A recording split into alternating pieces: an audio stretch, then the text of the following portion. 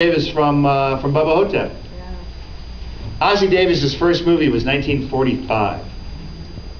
Nothing fazed the guy. You know, when I worked with him, I think he was 84.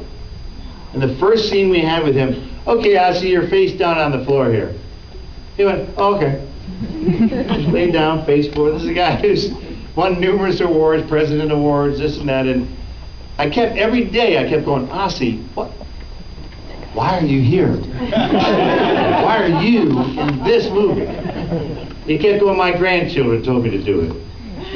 He had no idea what kind of a movie it was. He didn't know it would be the classic Bubba Hotep. So no, Ossie was great. You know, some guys who, the longer they've been around, the more normal they are, because they kind of know what to worry about, what not to worry about. It's the 20-year-olds to worry about. Yeah. It's the young punk actors between the age of 20 and 30, like that guy who came up on stage with me, or that jerk kid. Those are the ones to worry about. All right, second to last question. Anything burning, deep, insightful? Is Yes. that black car still working? No. Yes. How do you feel about remakes? How do I feel about what? Remakes. Remakes, I'm on the fence, because we're right in the middle of trying to decide whether to do a remake of Evil Dead. No. Yeah, I know. People hate the idea. But I got a kid in college. Where are you, Andy? So screw you. All right? Hey, sorry. But generally, I'm more against them than for them, because I feel that all filmmakers should just try and do something original and make everybody copy you. You know, we did the first Evil Dead. It did fine. We did a film called Crime Wave, written by the Coen brothers, which died.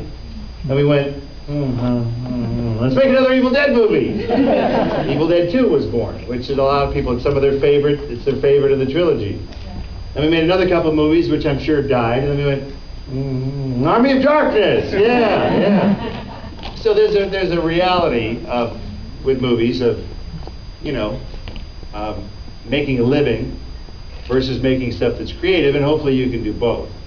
So perhaps the last question here, yes. What name comes to mind when I ask who's the funnest actor you've ever worked with? The funnest actor I've ever worked with.